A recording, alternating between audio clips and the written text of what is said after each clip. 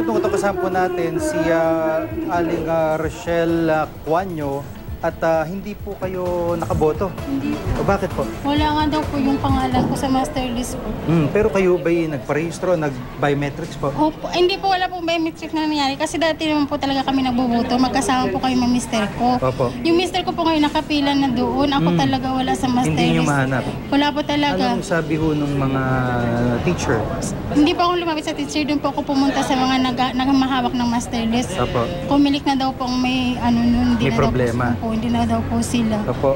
Doon sa grupo ho ninyo ng pila kanina, kayo lang ho ba nakaranas na may iba hong botante? Marami din pong nakapila, pero nakuha naman po nila yung pangalan nila. Ako lang ang wala. Sabi nila wala daw ako sa master list. Pero kayo nakaboto nung nakaraan? Opo. Nakaboto. Ngayon lang po talagang nangyari to. Lagi po akong bumoboto. Magkasunod lang po kami ng mister ko ng pangalan. Opo.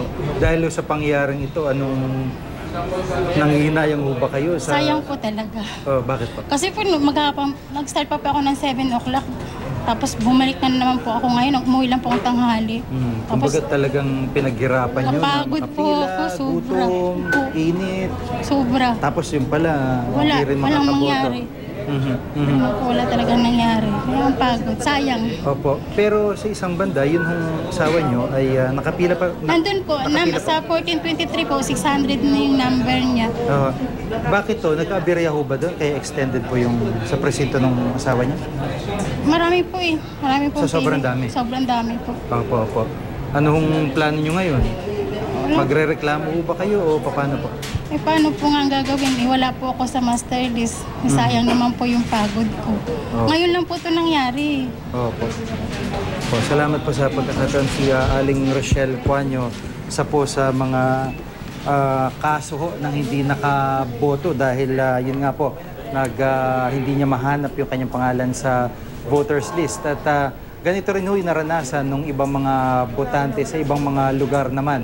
At ilan nga po sa nakita natin ay yung sa Maynila kung saan kahit daw sila ay nagparehistro, sila ay nag-biometrics, ay hindi nila mahanap yung kanilang pangalan sa listahan po. Kaya ang ginawa nila ay gaya po ni Ali Rochelle, umuwi na lamang para nang sa gayon ay makabawi doon sa pagod, pagpila at gutom at init pa rin na inabot po nila ngayong maghapon. Ang nakakahinayang nga lamang kahit sa kanilang pagsisikap na makaboto, hindi po sila nagkaroon ng pagkakataon na makaboto para sa araw nito. Patuloy po natin na sisikapin na makontak pa rin ang panig po ng PNP, kaugnay po ng mga insidente ng karahasan sa araw na ito at may balita pa nga po tayong natanggap. Nais din po natin yung kumpirmahin, yung may 18 classroom na sinunog umano ng mga kalalakihan doon at